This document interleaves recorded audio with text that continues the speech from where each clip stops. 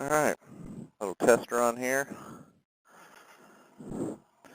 Trying out the microphone in my headset. See how it works with the camera. I think I got some bugs worked out. I don't know how it's going to sound, but that's why we call it a test run. I'm going to go for a little trip to the Harbor Freight. Got to get some zip ties, a couple things for the garage. Fucking beautiful day. Kind of muggy, hot. I'll take that over fucking winter any day.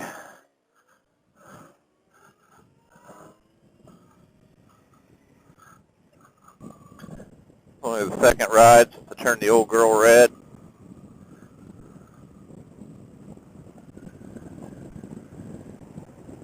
Love how it turned out. Love it. Everybody's got their toys out today.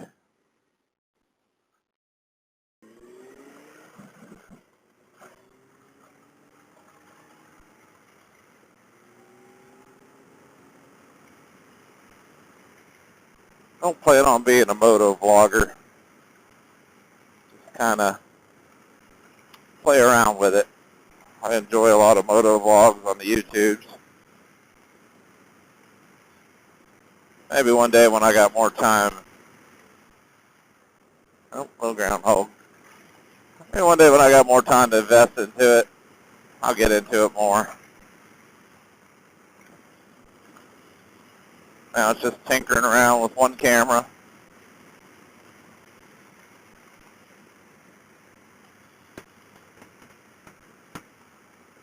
Not sure if I want to do a 2-camera deal or not. Just more editing, more expense. Not sure I want to get that much into it. It's kind of fun just doing one. Sharing my experiences.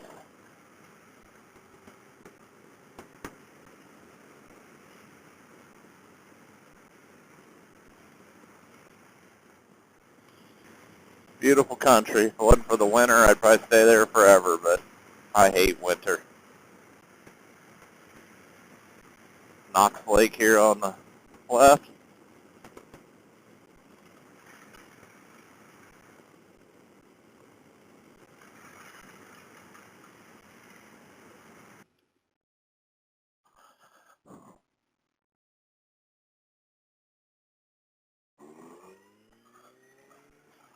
Comes some bubbies on some bikes.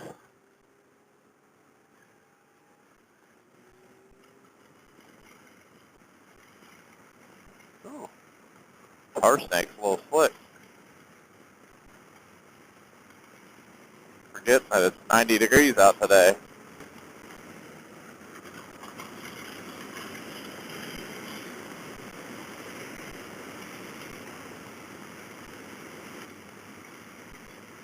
Up here on the left, there's a guy that's got a mailbox.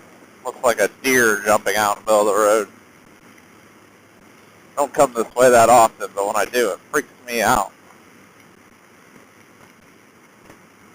I think it's just past this bridge up here.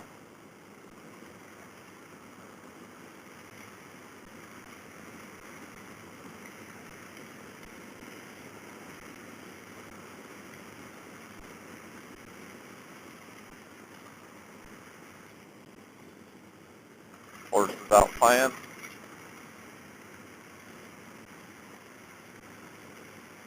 There it is. Who decided that was a good idea for a mailbox? Bet there are a lot of people that hammer the brakes right there in the middle of the night that don't know it's there. For those that don't know me, my name's Tim. Like I said earlier, I live in Ohio. Pretty avid touring enthusiast.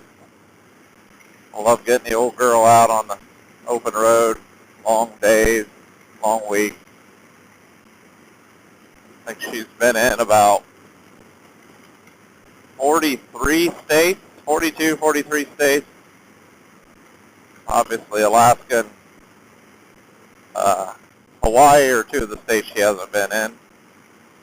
Other than that, I think 3 West Coast states, California, Oregon, and Washington it hasn't been in.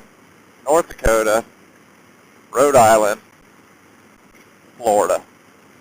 Don't ask me how in the hell I've never been in Florida. But I'm pretty sure those are the ones, the only ones me and this old girl haven't been on.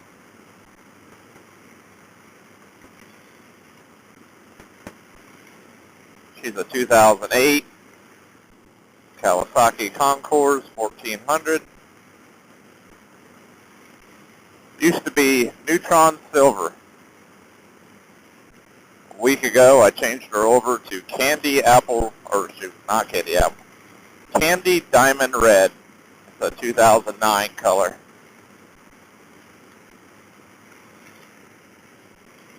Absolutely love how it looks. Had this old girl for 7 years. I've put about almost 70,000 of my own miles on her.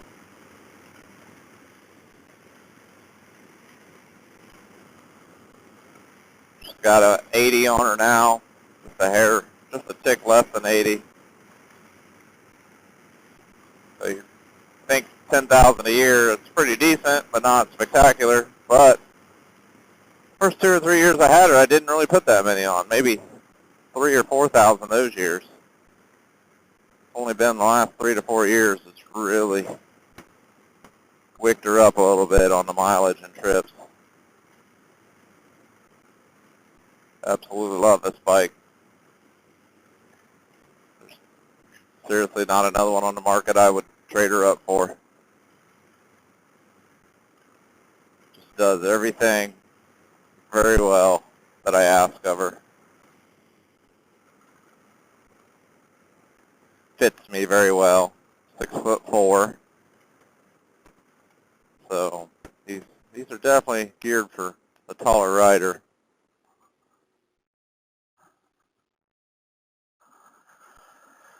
Fits me perfectly. Obviously got a lot of Farkles aftermarket on it.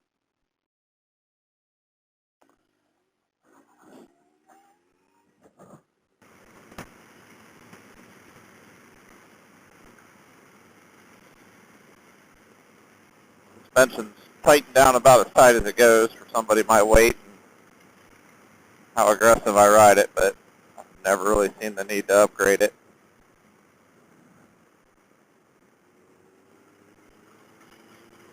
Bike still handles better than this bike has more talent than I do, so if I run out of talent and the bike runs out of handling, it's probably time to slow her down a little bit. Usually a pretty aggressive rider. Today, just out for a cruise. What's the guy doing? Oh, yeah, look out, buddy.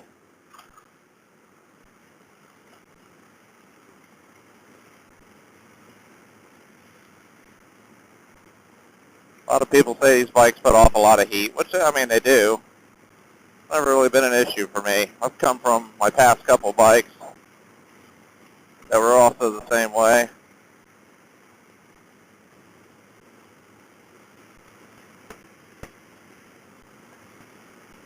That farm we just passed, might have recognized it. It's toward the end of the movie Shawshank Redemption, where there's a bus, like a Greyhound type bus drives past it in a scene in the movie. I think it's toward the end of the movie. A little tidbit of information on this road.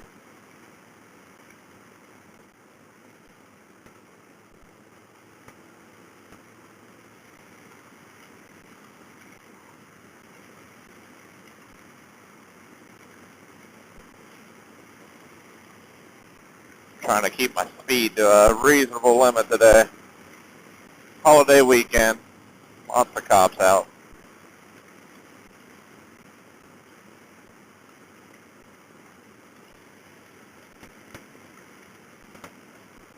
usually, I should say. I went out yesterday, did 300 some miles, never seen a single cop.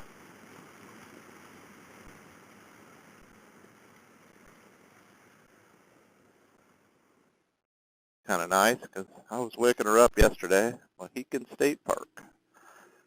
Beautiful hiking, like I said. Pretty popular in this area.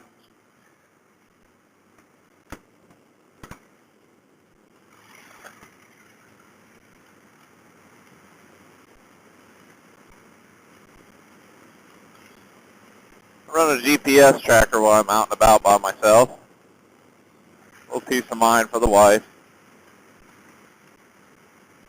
Not that I'm on a short leash or anything like that.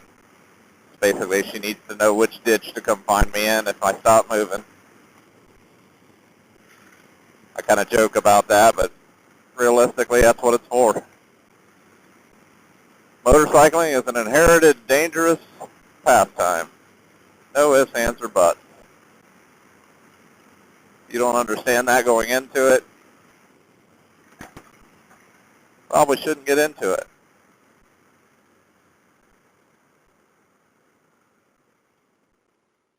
Pleasant Hill Dam. Lodge is down here too. Pretty nice lodge, but I'm not going to go up the road to lodges on. Ooh, tar snakes are terrible.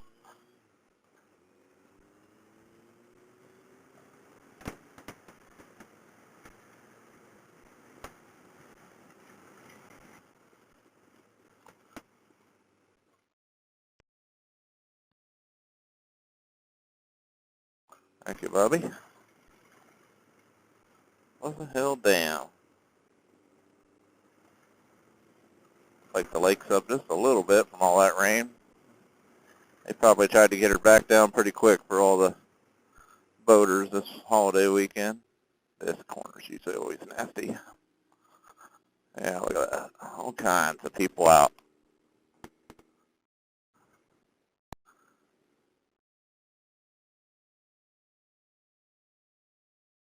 Just watch people backing out in front of you here.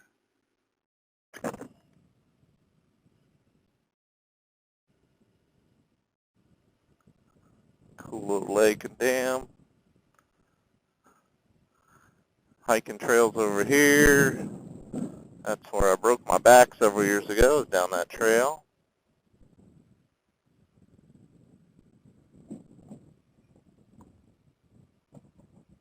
Looks like the old sheriff's got their boats out. See a couple kayakers, some people tubing out there.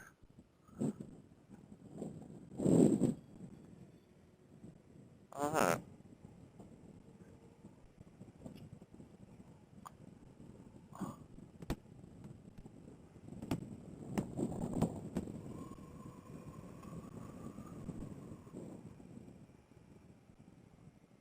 Like I said, that where that lake ends and the river begins is where Mohican State Forest starts.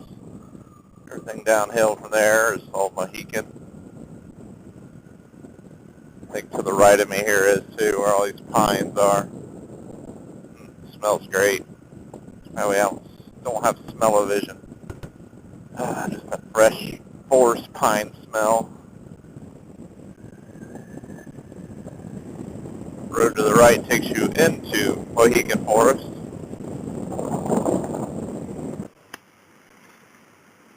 Nice scenery in there, but the road's really narrow, really dirty, lots of traffic.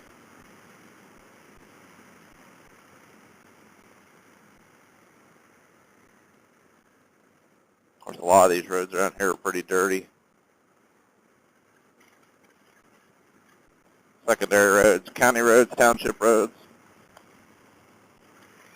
Tell they usually chip and seal them. They don't usually give a regular paving job to them.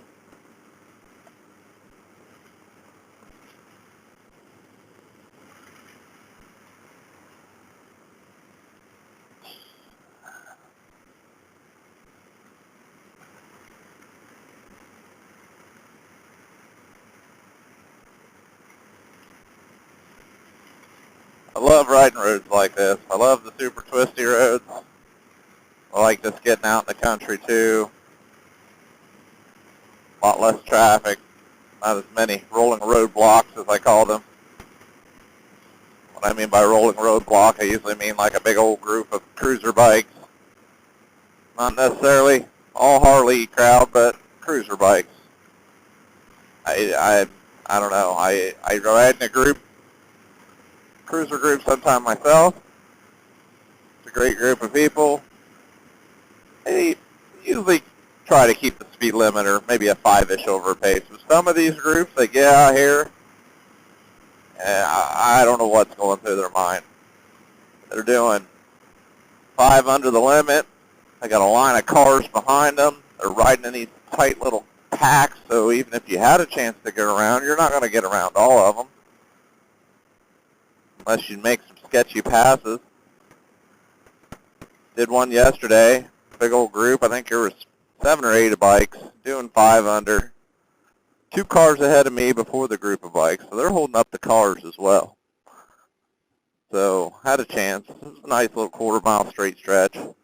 Kicked her down, got to 2 cars, picked off all but 3 of the bikes, and I had to merge into the group of bikes, and I got the dirtiest looks.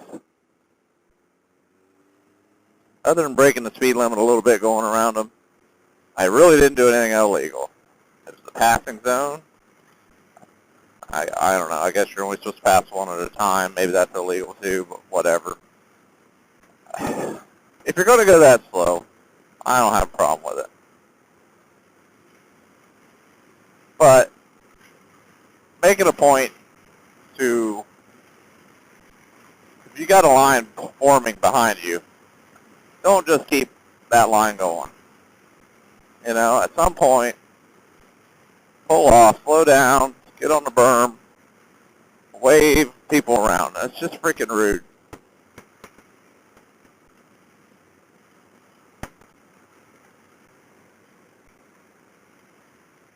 We do it all the time. Me and the wife go out riding. She's got her Indian Scout, for those that don't know. And she's not the fastest rider. She does very good. She's a very good rider. But she's not about doing 10, 15 over like I do on average usually. She's a good speed limit, 5 over maybe. Sometimes the cars just pull up behind us, or a faster biker will pull up behind us. Usually I'll get on the comms with her and I'll tell her, hey, I want to give this guy a wave around. She'll slow up a second. We'll give him the wave. He's going about his day. Everybody's happy. Nobody had to do anything dangerous. That's what it's about. Some of these guys, I think it's an ego thing. I think they, you know, they'll see some other bike behind them. Maybe it's a Japanese bike. Maybe it's a European bike. Whatever. It's not their little clique. And they're like, they're not passing me. Kiss my ass. I don't know. That's the jackwagons I can't stand. Oh, 39's closed. Interesting. Or it's closed at, oh, 60's closed. I don't know. I don't even know where I'm going yet. But anyway, those are the guys that irritate chat my ass. Ride your ride. Don't interfere in other people's rides. Don't get butt hurt when somebody else might want to go faster than you. Motorcycling shouldn't be about what you look like or what people think you look like. It should be about what it makes you feel like. It's good for the soul. There's too many people out there that are all worried about image. You know, I kind of crack jokes about pirates is what I call them. It's weekend warriors, suit up in their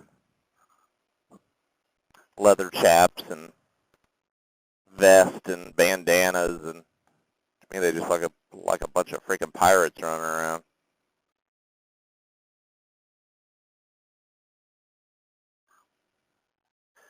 This same group of people will look at, you know, folks like me. You know, if I'm toured out in my gear, I only got jeans on today because I knew it was going to be a casual ride. got my touring gear on, you know, or whatever. Some of my friends wear one-piece leathers. They call us Power Rangers. Oh, you got your I can't even say it. Power Ranger outfit on. Because they think I don't know, maybe they think we or they do it for the way it makes them look. I think I turned on the wrong road. I did. Fuck me. Jesus. How about a little warning on that, Loudonville?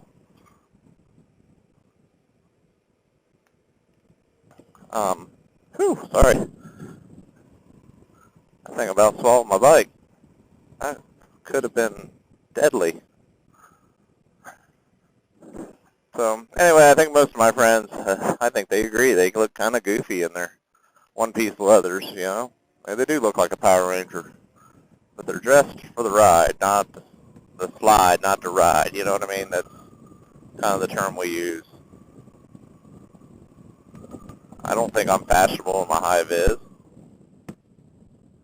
this the road I want?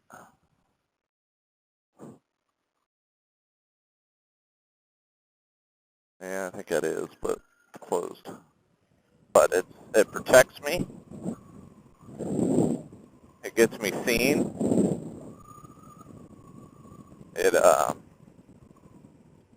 Sorry, I'm sitting here trying to think of which way I want to go now. That the way I wanted to go is heading for closed signs. I'm not sure I can go out this way. Gets me seen, protects me in the rain. I absolutely dress for the occasion. A lot of people are like, aren't you hot wearing all that? Yeah, it gets warm.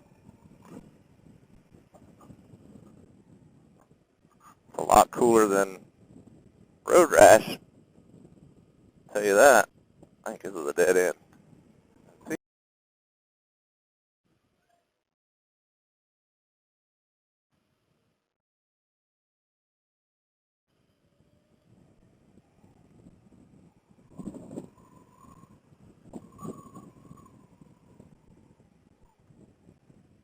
If you're riding purely for what you think it makes you look like, you're doing it for the wrong reasons. Black and white. God damn, here's some more of them tracks. Look at this shit. Oh, it's the same one. That's the crap that almost ate me up earlier.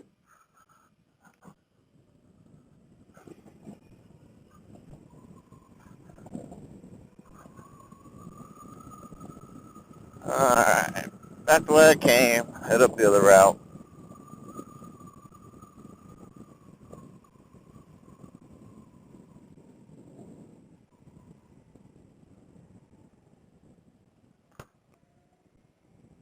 These cruiser bikes stink when you're behind them. That's another thing these guys that run in groups, I don't think they realize. They put these potato pipes, is what I call them, on these things. And they throw a bunch more fuel at them to tune them, or the pipes. They just stink. Just a bunch of unburnt fuel coming out of them things. Alright, we're doing 10 miles per hour through town here.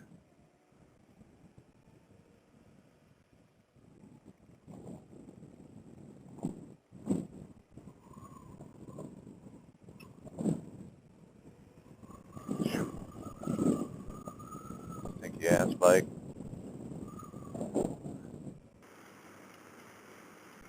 Getting back to the conversation on gear. I'm not one of these all gear all the time people. I'm not one of these that is going to make fun of you if you're not wearing something that I would wear. But I do beg of all my friends, at a minimum, helmet, gloves, boots, long pants.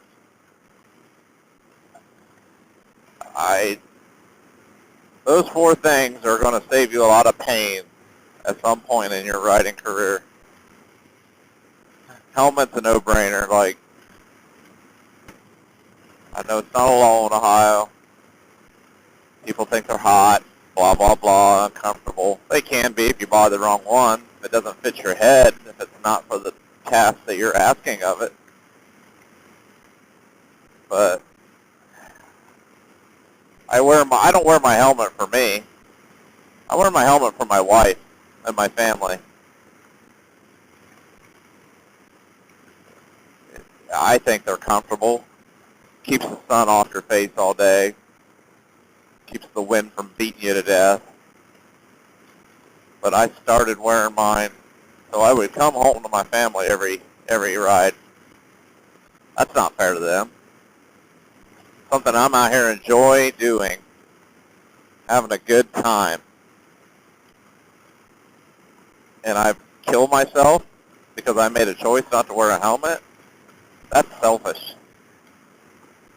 So something I wanted to do impacts their life. You know, my wife and kids relied on me for income, companionship. You know, I don't want to deprive my wife of her husband. I don't want to deprive my children of their father. I mean, I don't think I'm anybody special. You know, in the grand scheme of life, I'm nobody except to them. I'm special to them. I need to respect that. Come home to them after a ride. Gloves. Gloves are absolute must. I mean, think about it. You lay her down. It's on a slide at a stop sign because your foot hit some gravel, slipped in the driveway, you hit a curb, you bounced off of it, whatever. You go down for any reason at all. What's the first thing you're going to do? You're going to throw your hand out. Catch yourself.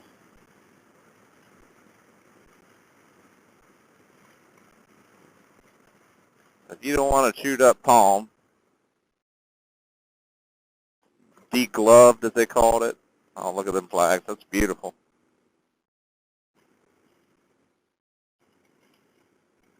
I'll just roll by here and finish the conversation after we're by.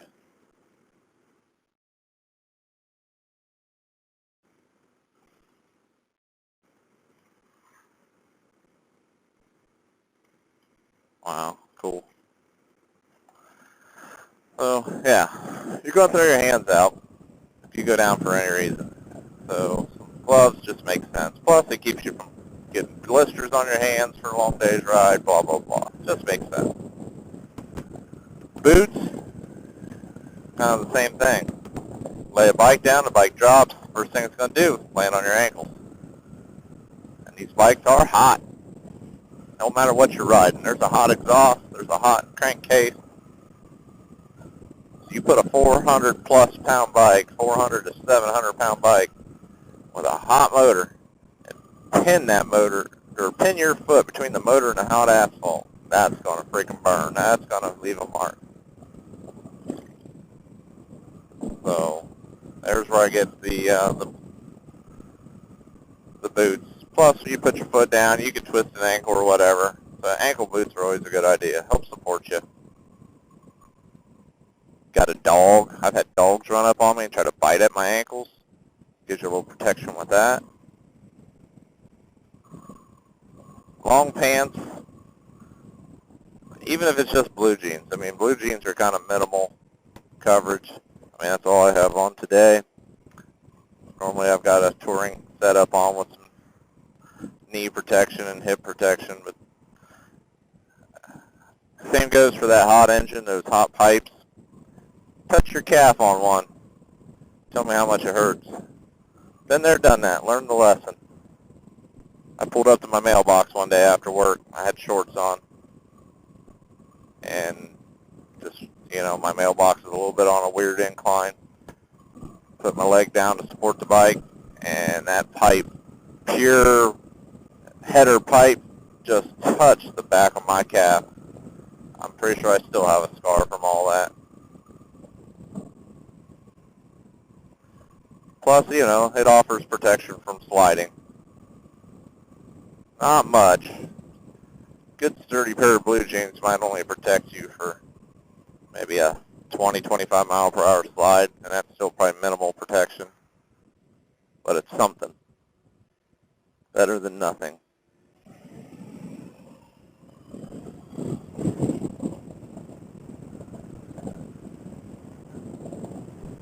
Jackets with armor are a good idea. Pants with armor are a good idea.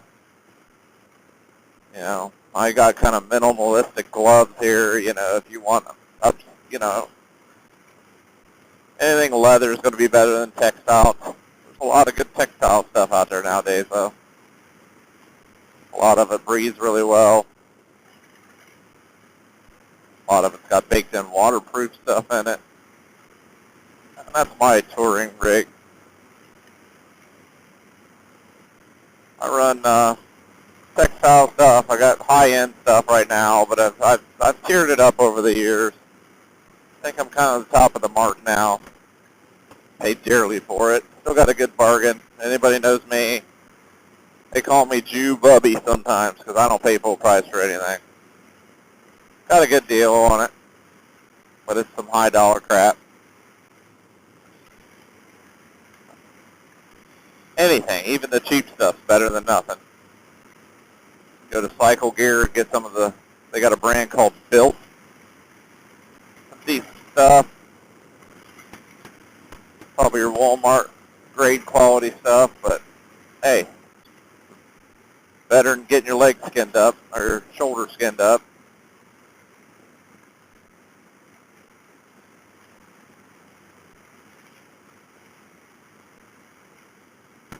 Alright, I'm done talking gear. Like I said before, I'm not a all gear all the time guy. I just highly recommend it to all my friends. But that's the choice you made, that's the choice you make. Keep in mind, you're not making that choice alone. You have family and friends that want to see you come back from your ride to tell your stories. That's what it is. Dead Men Tell No Tales. Pirates of the Caribbean. I knew that sounded familiar. That's another great thing about touring and the camaraderie of fellow bikers. Motorcyclists. I hate the term biker. Sorry.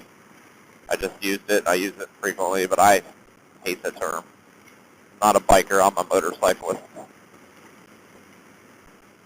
I think we've kind of covered the difference.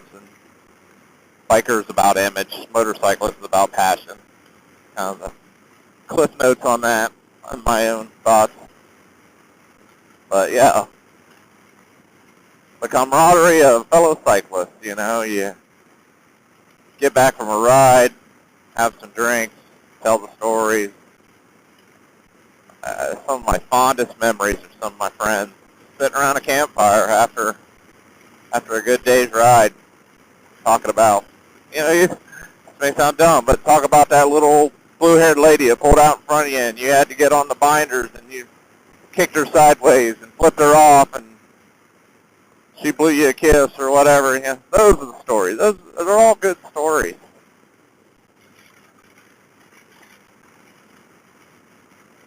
Love hearing the stories. I'm usually a wallflower. I like just to sit back, drink in hand by the fire on the porch, just listen to other people talk. Some of my best friends are some damn good storytellers. My friend Dan, he's kind of stuck in South America right now. He's doing his bucket list trip. He's been planning for probably a decade or more. Ever since I met him, it's always talked about doing this South America trip. He made an attempt 2 years ago and had some illness. Had to boycott or come home early. He left again last year, and he's making it happen now. He's kind of gotten hung up with this whole COVID-19 bullcrap that's going on. Especially right now, he's kind of stuck in South America right now because they're closed borders and everything. Screwed up situation right now, but it is what it is. No way to plan for something like that. So anyway, getting back to Dan. Dan's one of the best storytellers of all the stuff he's seen on his motorcycles. I could just sit back and listen to Dan for hours telling his stories. Never gets old. Even if it's a story I've already heard, never gets old. Hey, look, I made it around the road closed. We're come to a stop here because I can't see over my shoulder because my camera cord's not very long. All right, this is where I wanted to be earlier. It's an area down here called the Funk Bottoms. It's not normally a lake, but when we've had a lot of rain, they back the waters up. It's a flood control plain. Just kind of curious how much water's up here. There it is, Funk.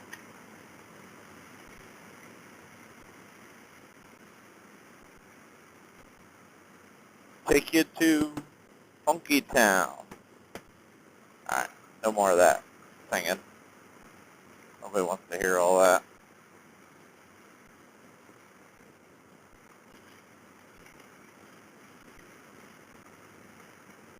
The Funk Bottoms. Not very high. I've seen it clear up to this road before. I mean, obviously it's been over the road too, but you can't drive on it when it's over the road, so I haven't seen that. But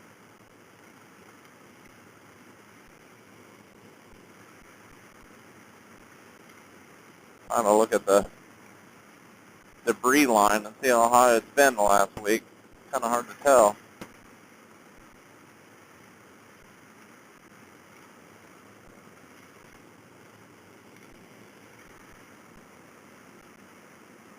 Alright, I think I'm going to shut the camera off for now.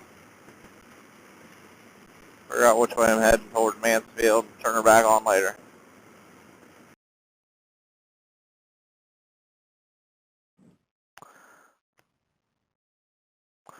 Alright. Just rode 100 miles to get zip ties. Time to head back.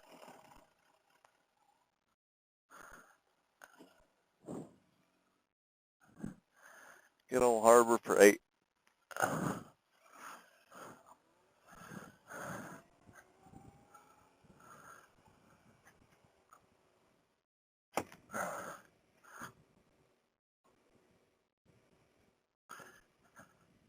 Now in Mansfield, after I shut the camera off earlier, I went on up to Worcester,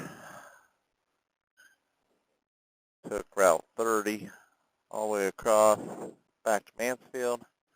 It was 4-lane, but there's some dark clouds on the horizon, and thought maybe I could miss the rain, but that didn't work because I had about 5 minutes of rain in between. But oh well, already dry now. Fingers are a little wet still, but dry for the most part.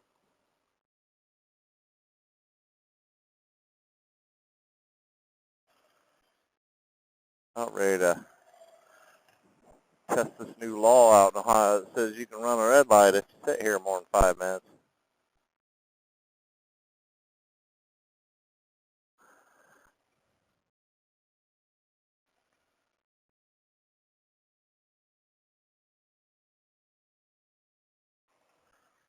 Alright, I'm going. Obviously my bike's not triggering that light.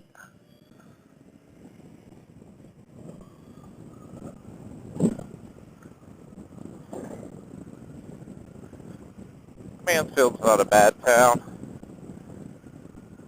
We prefer it over some of the other towns in our surrounding area when we need to go to some of the bigger stores.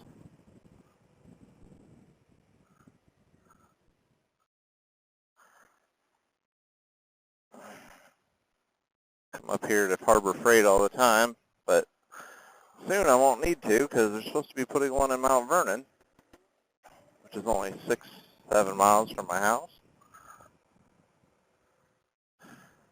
It's about 25 miles up here. But I'll be taking the scenic route back. Maybe not so much scenic, but longer. more time on the bike. The drive-in was open until just a year or two ago. Then they closed it back down again. There's another one across town that's still open. Shame. Every time you go there, they seem like they're full of people when they're open. But then they claim they can't stay in business.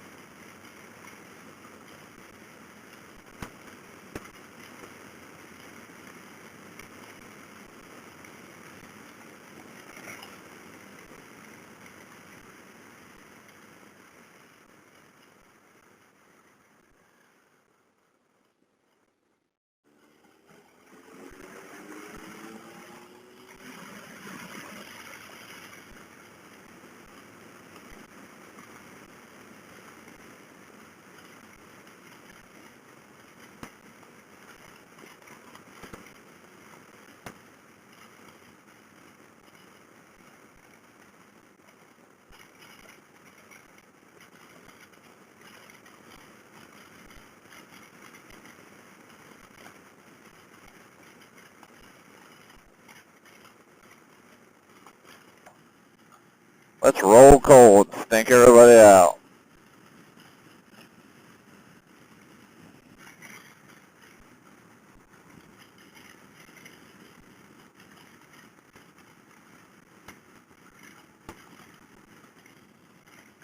Pretty popular thing around areas, especially with the younger crowd. I guess when I mean younger crowd, I mean like the millennial crowd. Maybe the 20 to 30-year-olds, late teen to 30-year-olds. Big diesel trucks, big old tow mirrors, rolling coal, putting smokestacks on them. I don't get it. Bunch of country boys, but that's what you get right there.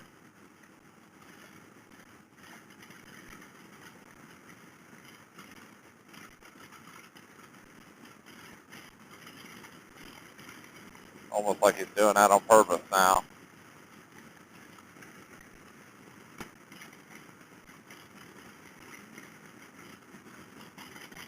Take him off.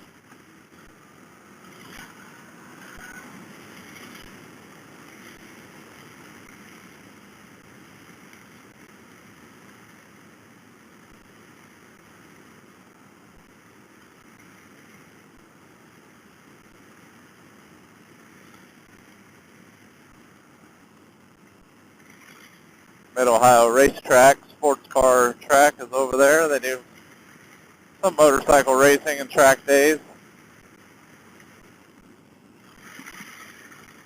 Just outside of Lexington.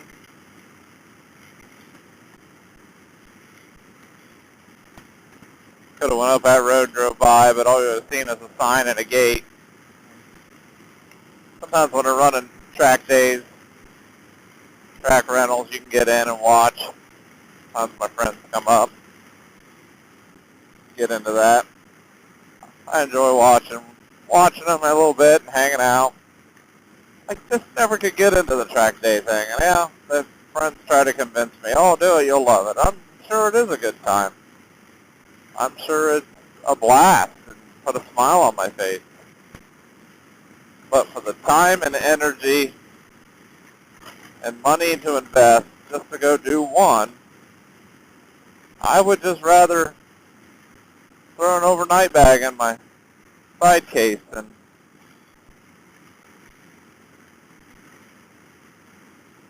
head to the mountains, find a hotel for a couple nights, for the same amount of money or less. Usually quite a bit less.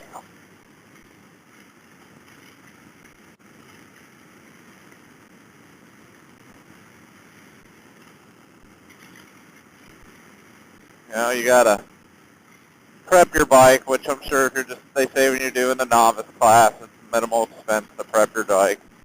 But then you have to have a race suit. I think like a two-piece leather. I think some say the novice class will let you get away with textile. So if I wanted to upgrade that, that'd cost me money. The track day itself, $100 or something like that, 100 and a half. I don't remember what they told me. Then you got to get there, and it's not like you just sign up and you're going to run the track all you want all day. No, they've got different divisions and classes that go out. You got to take a class if it's your first time there. You got people trying to critique your riding, which I get it. That's what it's there for. But that's, I've been riding for 20 years, so I'm sure it could be improved. I know I'm not the perfect rider, and there's things that could be improved upon my skill set, but I just don't feel it's a necessity. What I do now, I enjoy. My bikes are paid off. Gas is cheap. I do all my own maintenance. Literally, I could throw an overnight bag in my side bag, a couple bottles of Gatorade and some snacks in the other one, hit the road for a 2-day weekend. I'm not picky on hotels. I can find a room for $50 to $60 a night. So, gas and food, $250 a weekend. I could do a couple thousand miles, see amazing things.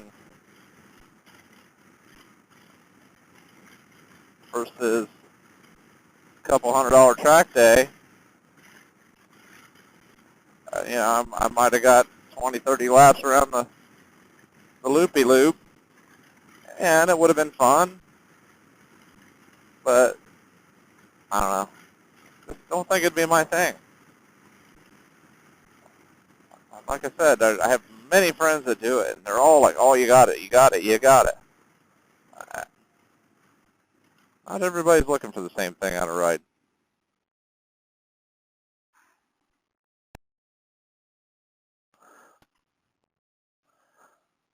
I'll just keep doing what I'm doing and expand upon it. Oh, doggy. He don't like it. Act like he's too happy. This is Johnsville, Ohio. A lot of Amish around here. I got family and friends that live around here. A little market. Amazing. It's maintained over the years, especially with that new Dollar General just up the road from it.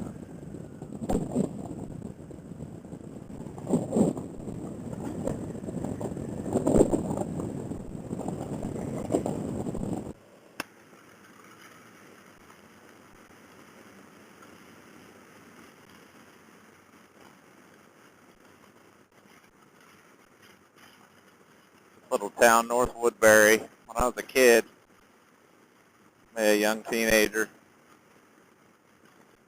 a tornado came through this town and wiped half of it out.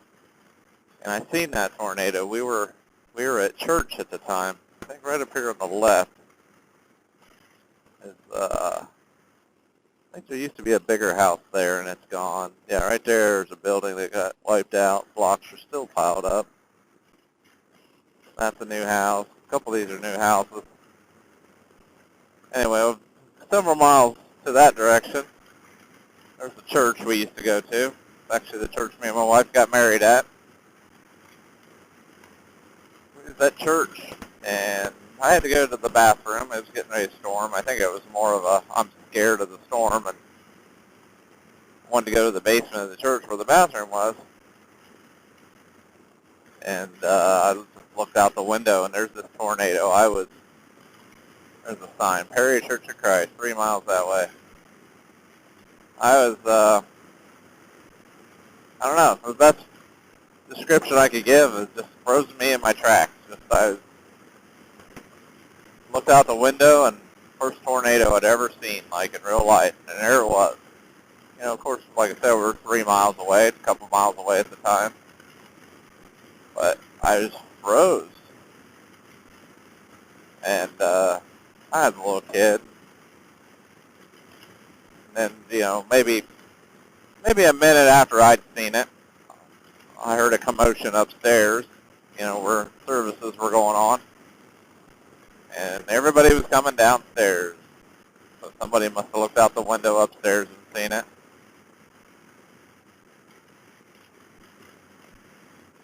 Kind of weird experience, I guess.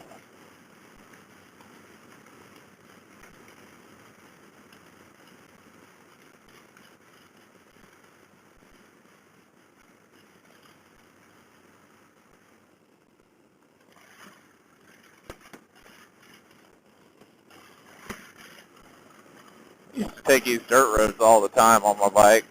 Didn't bother me none. Dirt path, whatever, packed gravel. I didn't care much for how clean or pretty my bike looked at the time. But now with this new red body I have on it, I think that's going to change a little bit.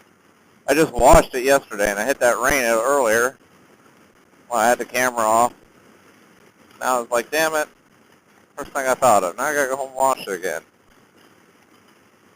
It's very rare for me to wash a bike more than 2 or 3 times a year. I think I've already washed it twice this year. Only the end of May.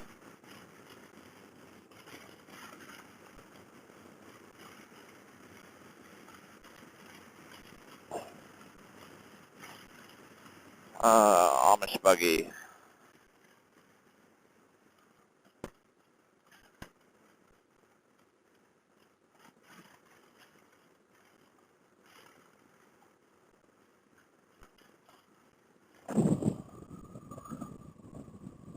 I try to swing right wide around these Amish horses. I never know if you're going to spook them with your exhaust. I watched a video the other day. This gal was out riding with some other dude. She's got a YouTube channel, but they went to go past an Amishman in their buggy or whatever, and they like absolutely, like, I mean, almost sideswiped the buggy, and then like went around it, you know, with their loud ass pipes. Like, what freaking idiot. Man, somebody took that out.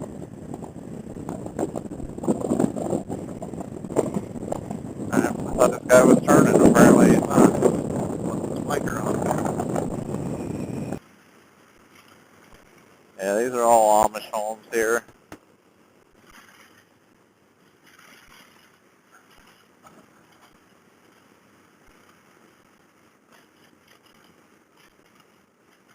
These Amishmen I think they make pretty good money. I mean, I don't know what their deal is, what they charge for different things, flying produce, poultry or whatever, crafts, blankets, quilts, baked wares. Like, you see them selling stuff all the time. Lumber, I think lumber is a huge thing in the Amish community. An Amishman actually built my garage. Did a good job, quality workmanship, and he was probably several $1,000s cheaper than, I guess what you would call an Englishman contractor. That's what they call us white folk. Englishmen.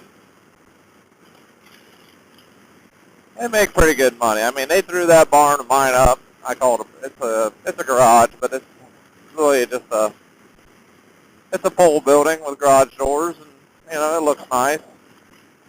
Works very well. They threw that thing up in 5 days. They came out on a Friday afternoon and had a guy scrape the topsoil back for them with an excavator. You know, he subcontracted that out. They were out there Monday. They had the lumber dropped off Saturday. Big old truck with a rollback bed just dumped all the lumber right there, and it, ground was cleared. Lumber is delivered Friday afternoon, Saturday morning. Monday morning they show up. I usually leave for work at 6:30. They were out there a half hour before I left work. So 6 o'clock they were on the site, already drilling holes, already shoveling dirt. I went to work, came home at 3:30. They had already had the posts up. Some of the trusses were up. Concrete was poured down in the holes. They had some more, the grading and excavating all leveled off. Like, it's underway. By the time I came home from work on Tuesday, they were out there 6 o'clock every day. 6 till 5 usually, I think.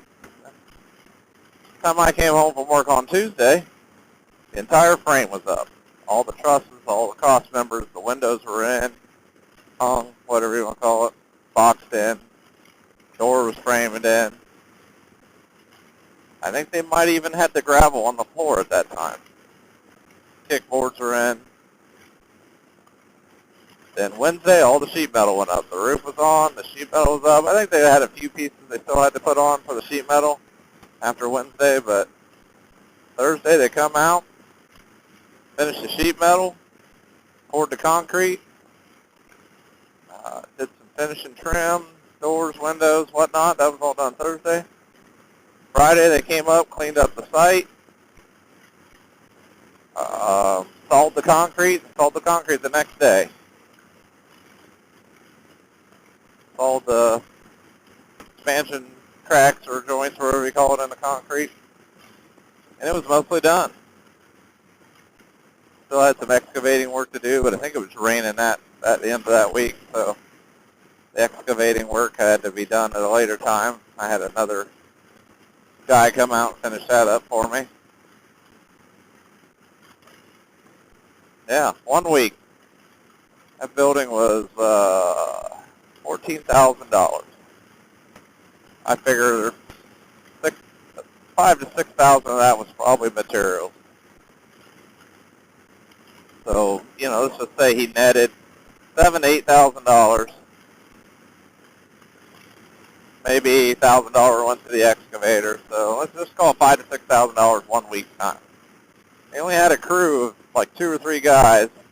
And one day they actually had a couple kids out there up there nailing trusses. Like little 10, 12-year-old kids. Well, learning the trade.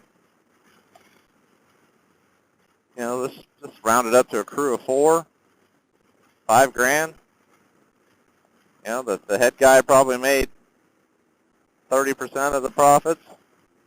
The guy that owned the business. And the other cats, probably made a damn good living. They probably made $700-800 that week a piece, tax-free. An Amishman, they don't pay tax. Then they probably go home and tend their farm and fields. Because the one day I had to inquire about some stuff. So I went to the builder's house later on in the evening, and he was out mending fences and feeding cows. 7 o'clock at night when I stopped by. So building buildings is his primary job, but he's still got the farm to tend to. Probably sells crops, sells produce maybe, and a nice garden. Cats probably make some dough. You got to think, even if they just make a good, solid, honest wage, they don't have all the expenses we do. They don't have to pay for car insurance, car maintenance. They don't have to pay for a car. They don't pay electric bills. I think some of them do have cell phones now, but there's kind of stipulations on how they use them or where they use them or why they use them. If they need something built, they do it themselves. They don't, or the community comes in and chips in. I'm sure the wives are selling their baked goods and their craft items.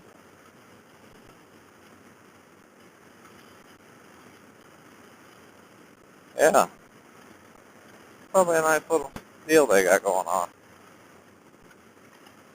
Not sure if they pay any taxes at all, but I know they probably, they don't pay income tax that I know of. Maybe their businesses are a different story. I'm not sure if they pay property tax.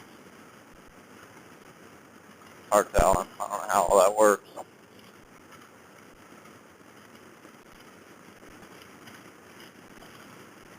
They probably don't travel on vacation like we do as much. I'm not saying they don't, but it's probably a rare thing.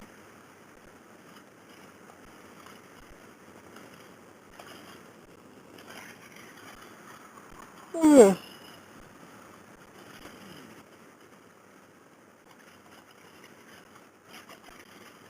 don't know how much of this video I'm going to post, if I would even post it at all.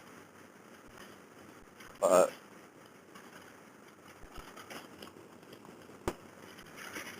see how it turns out.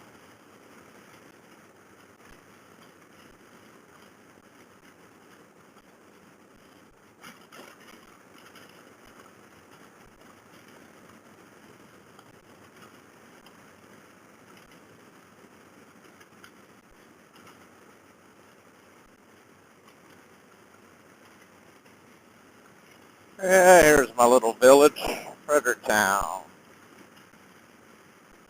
Been here my whole life.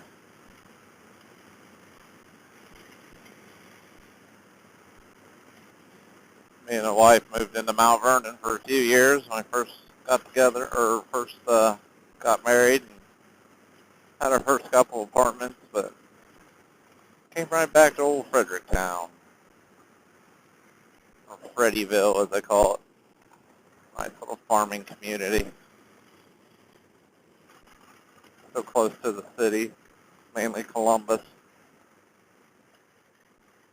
Pretty small town, small schools. I think average graduating class is 60 to 80 kids, depending on the year.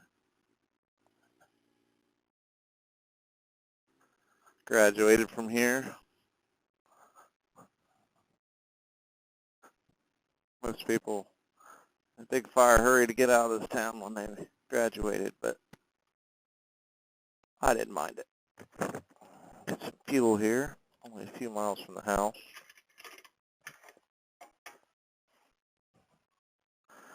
Also have her sitting in the garage full.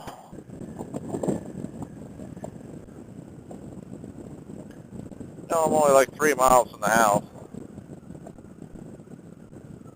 Can't resist but to take the back way home. At about 5 miles. Not much. Ugh. Where all these houses, these new houses on the left here are, that's where I went to junior high and intermediate school. Tore that thing down several years ago.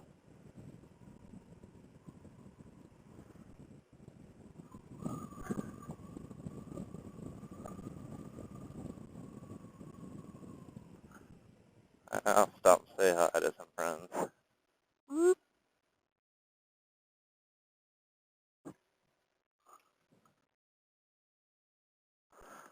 There's the Travelers.